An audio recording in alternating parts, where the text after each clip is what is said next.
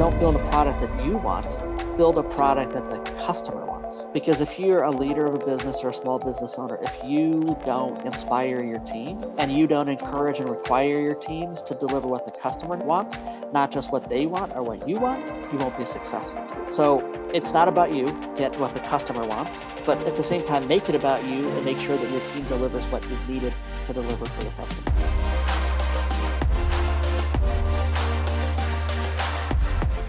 So, welcome to episode 2 of Leading with Relevance. This is about people busting through the status quo and impacting their companies and their communities. Our goal for the listeners is practical insights that you can apply to your leadership path. I'm Tino Mantella, Chief Strategy Officer for Relevance, and I'm loving the opportunity to speak to leaders and learn from them. Each podcast will run about 15 minutes, but then we will also have another piece of it that you can pick up if you're interested. We're calling it Relevant Overtime, so you'll be able to find that on our website. I'm particularly excited to be talking to my friend, Barry McCarthy, today. A little bit about Barry. He's a best-selling author, Emmy-nominated producer, Ernst & Young Entrepreneur of the Year, Silicon Valley Startup CEO, Fortune 1000 CEO, President and CEO of Board of Directors of Deluxe, committed to the community, also a family man. Barry, welcome. Thanks, Tino. Great to be here. You flatter me with all of that. Thank you. So you've said you don't see check printing, for Deluxe, for example, you don't see a check printing company, but a payments company. And that speaks to me in terms of part of your transformation that you've been building since you've been there and even prior to you. So there's lots of ways to approach that, changing the internal culture, building your team, building the external brand, doubling down on new technologies. And I know you could say all of the above, but if you were thinking about them in terms of the most important things for a company, because people are listening that are building their companies in respect to transformation, and we're all going through some type of transformation. How would you frame that? First of all, I would agree with you that all of those are important. Right. But the number one thing, Tino, is people and the team. Because if the people and the team don't buy in and see a need for change, they will resist the change and they'll do everything they can to stick to what they've always done. So it's important that you set the tone, that you set the goals clearly so that people understand that the goal is change. The goal is not to do what you've always been doing the same way. The goal is change to get a different outcome. And in our case, when you've got a 109-year-old company, super successful company, the company is very profitable, but it hadn't been growing organically. And the reason it wasn't growing is it hadn't expanded beyond its core business, which was really around printed products, in a meaningful way to get scale. And so had to bring the organization along to understand that even though the company had tried many different things, bought many different companies, they had not yet achieved the notion of self-sustaining growth.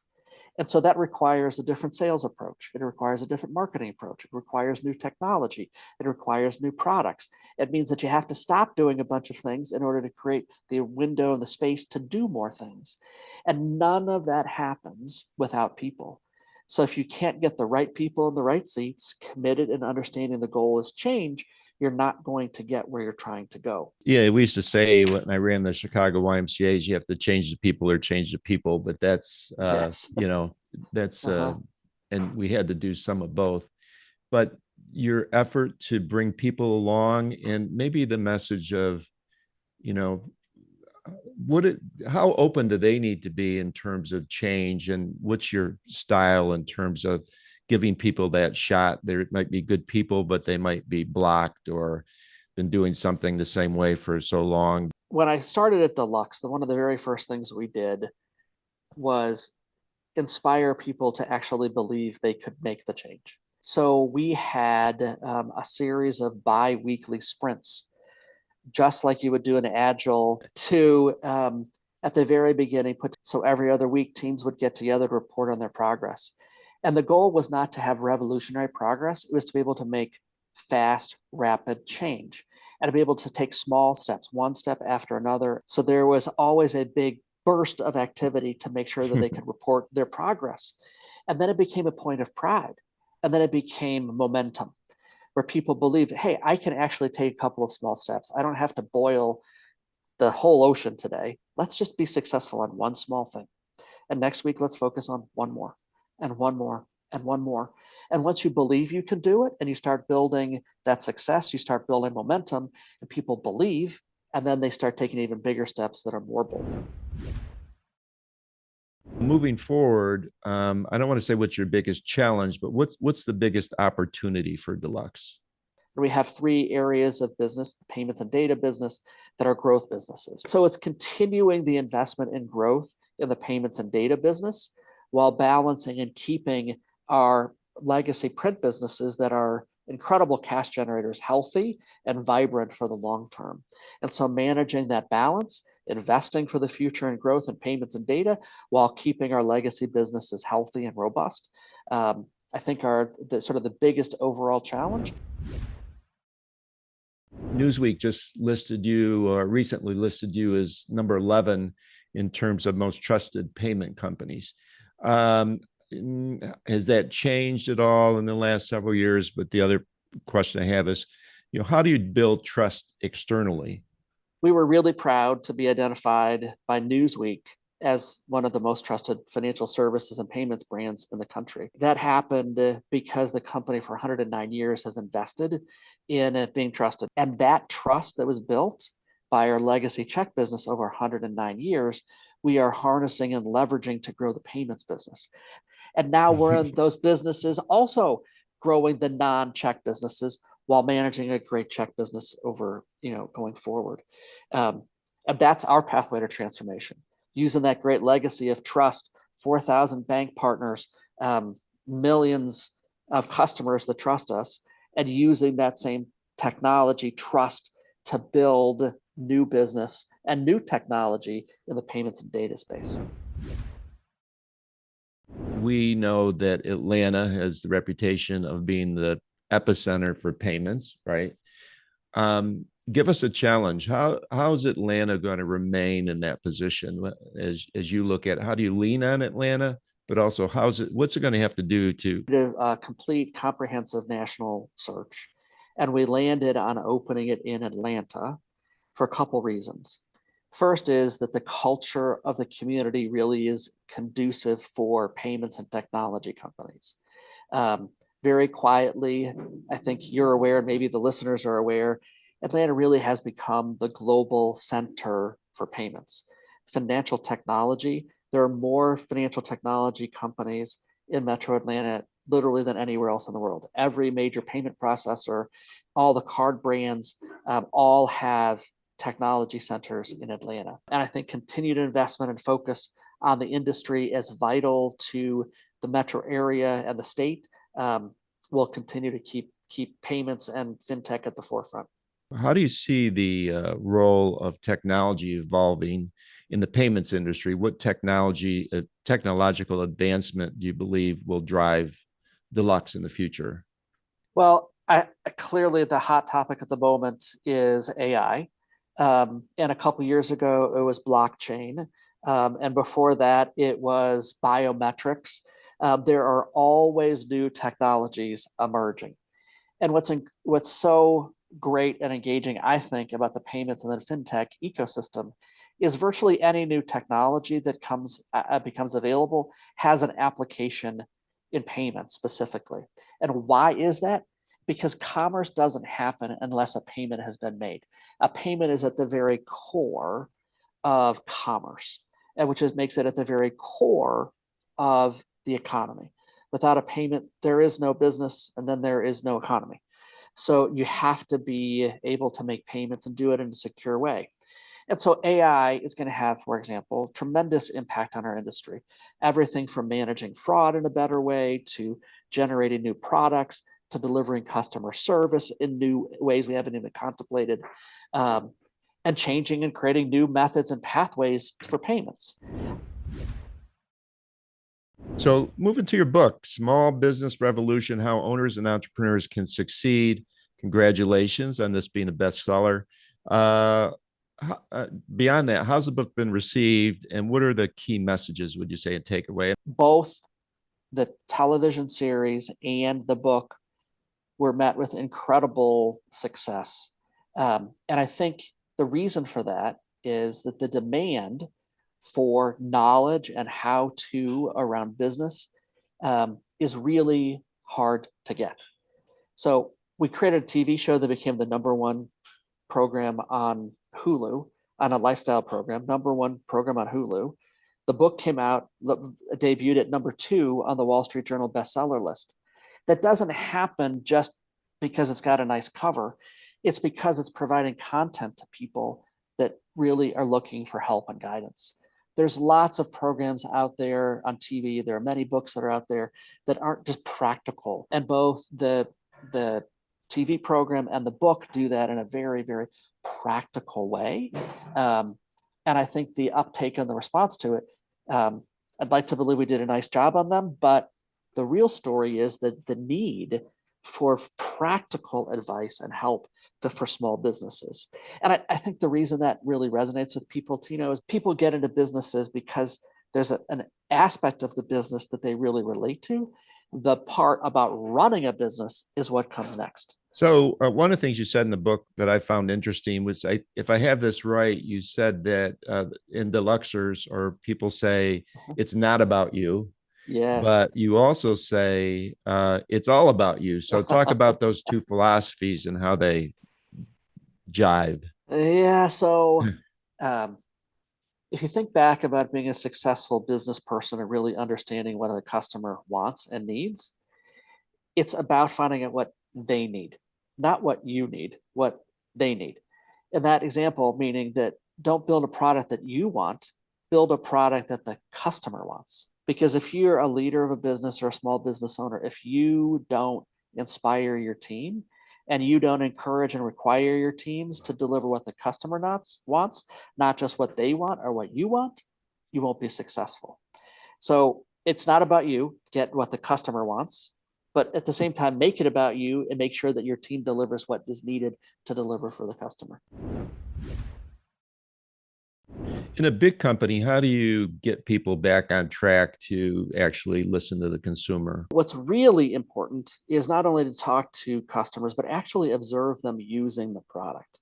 So whether you've written a piece of software, it's really important to watch how a customer actually uses it. Understanding how a customer actually uses a product. And once you understand that you can actually answer the questions for the problems you're trying to solve, our teams want to have more of those interactions and more of those conversations. And then it becomes a self-fulfilling cycle. How important is community involvement to you and even to the company? Growing up in a family with great parents and a commitment to the broader community, you learn that our lifetime impact isn't just about making money or just about work. It's about giving back. Companies can make a 109-year journey because they're committed not only to do great things for the consumer or their customer, they're committed to help the community thrive. And so it's important for companies to give back because it's important to employees, it's important to the community, and it helps drive a cycle of success. And so our company, we're really clear that our mission is to help businesses succeed so communities can thrive.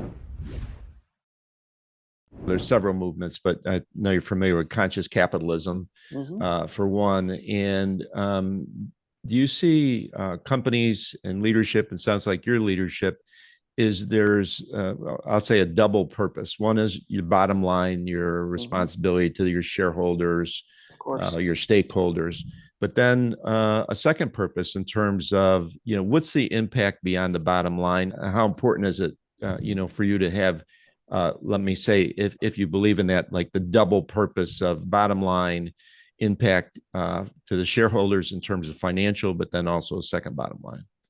It's about delivering performance for shareholders, but how you deliver that performance is more important than ever. And that means it has to be in an environmentally sustainable way. It means it needs to be good for the community, and that it helps the company succeed. Back to that cycle, that self-fulfilling cycle.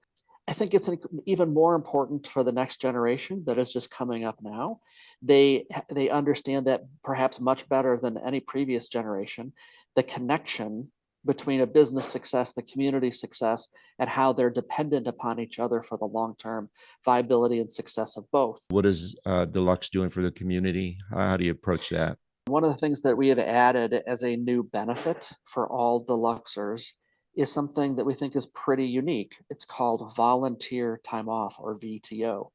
So every employee has the opportunity to donate up to 5 full days of our work days to a not-for-profit organization to help the community succeed. So we pay people to go work, and as a result, we give away tens of thousands of hours every year. Not give away, invest those tens of thousands of hours annually in our communities. So we not only provide time, we provide talent, and we provide treasure to help not-for-profits and the community succeed. I always like to ask leaders about work-life balance and their philosophy on that. So how do you approach life from an example of, something has to give, or how do you feel about that? I don't know that there is really such a thing as work-life balance. I think it's work-life integration. It's finding a way to make all parts of your life fit together in a way that's fulfilling and rewarding and enriching. Being involved in things that you really care about doesn't feel like a burden. It feels like an opportunity. So put them together in a meaningful, comfortable way. Think about all the parts, and then devote the time and your talent and resources in a way to make that all happen. If you could leave our listeners with one piece of advice regarding relevant leadership, what would it be? Great question. I think employees want to work for people that they trust, that they respect, and help their work every day have meaning and purpose. And if you can do those things, I think you can be a really effective leader. And you can help people grow their careers. And when you grow their careers, you help your career succeed and help your company succeed. And it can, again, be a self-fulfilling cycle. Deluxe has a history of working with small business and providing products and services for the small businesses. Is that always going to be your core, or is that evolving in terms of providing services to the largest enterprise businesses as well? So, one of the things people don't know about Deluxe is the scale of our business. And more than half of the top 20 banks use one or more of our products and services. I think a similar number for the top 100 global brands. So our company is not a company that advertises broadly, but businesses use our products and services, and so do consumers. So I think the numbers are we support about 4 million small business customers, 4,000 financial institutions in the United States, and hundreds of the world's leading brands. And that plays into just the scale. But our future clearly is a payments and data company, and we're going to be a great check printer until there's no demand for checks anymore. That's great. Well, Barry, thank you for joining me on Leading with Relevance. Thank you for the person that you are, the impact you're having on the community, on the business, and I'm enjoying your friendship. So thank you very much. Thanks for having me, Tino. Appreciate it.